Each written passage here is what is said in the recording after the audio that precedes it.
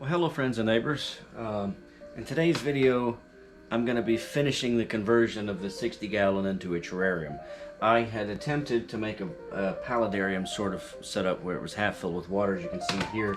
But the issue that I have found is the materials that I used for the insert that goes in the center that all the plants are planted in wasn't exactly waterproof. I thought it was.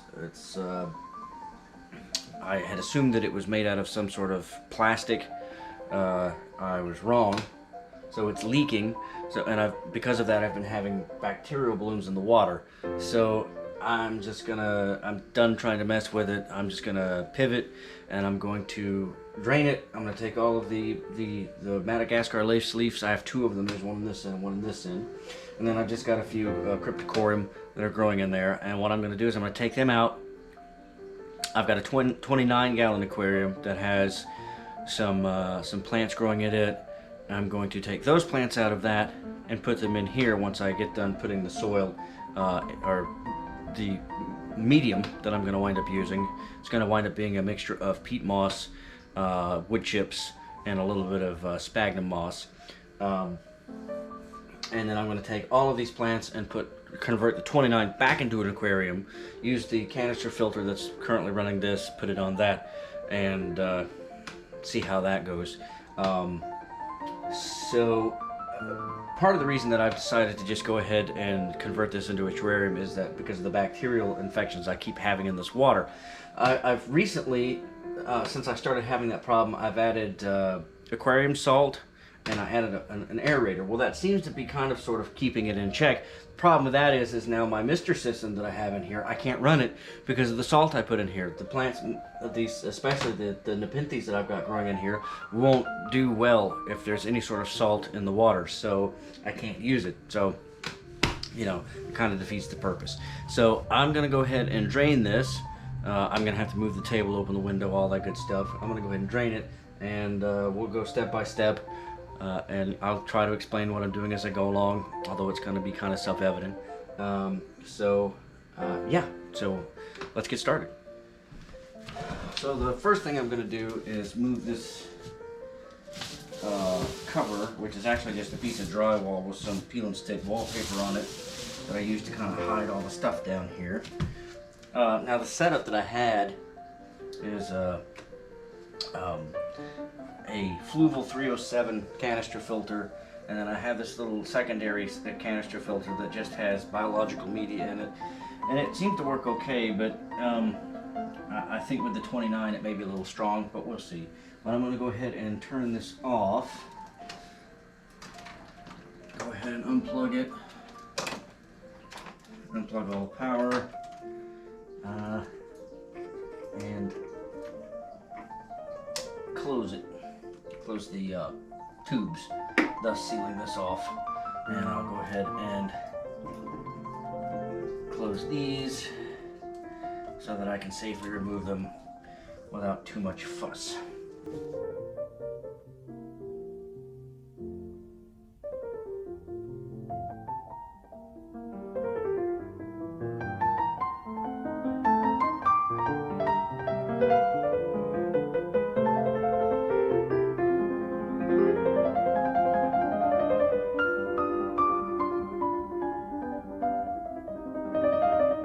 Alright, I've already got it drained about as well as I'm going to be able to get it.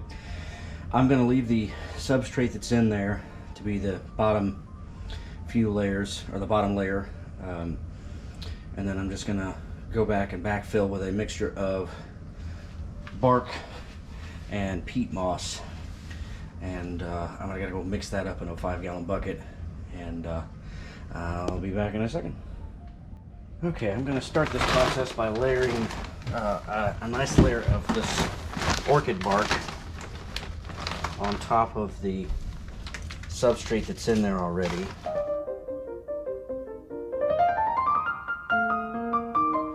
Now we're going to go with a layer of peat moss.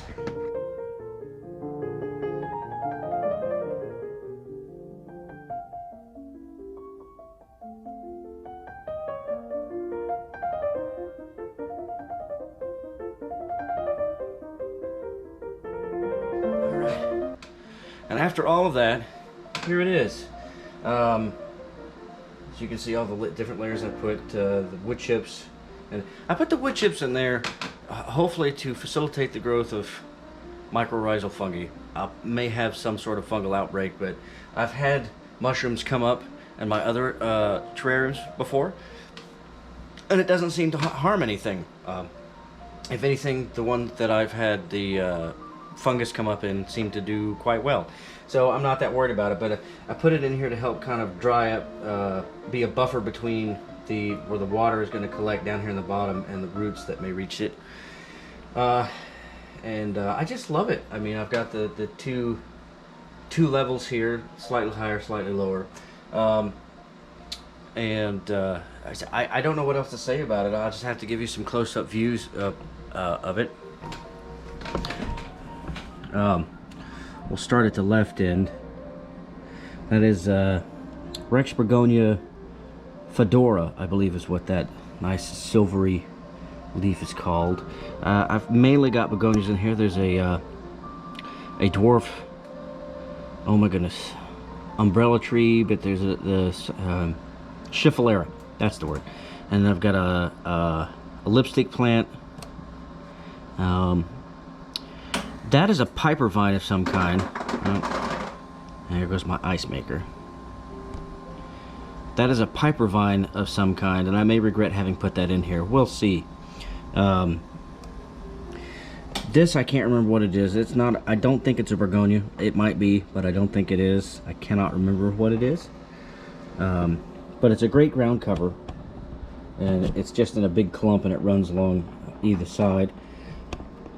You'll see a lot of begonias in here. I love the begonias because of their color. And when this light I'm using is a Fluval Aqua Sky light. It's not made for like terrestrial plants, but it works just fine. But I can change colors, and when I turn like a purple light on, this thing really glows. And then right up there, you can see a couple species of Nepenthes. Again, I'm not sure what the species are on those. They didn't have tag. Oh well, no, that's not true. The one on the left is called Bloody Mary. The one on the right didn't have a tag, so I'm not sure what it is.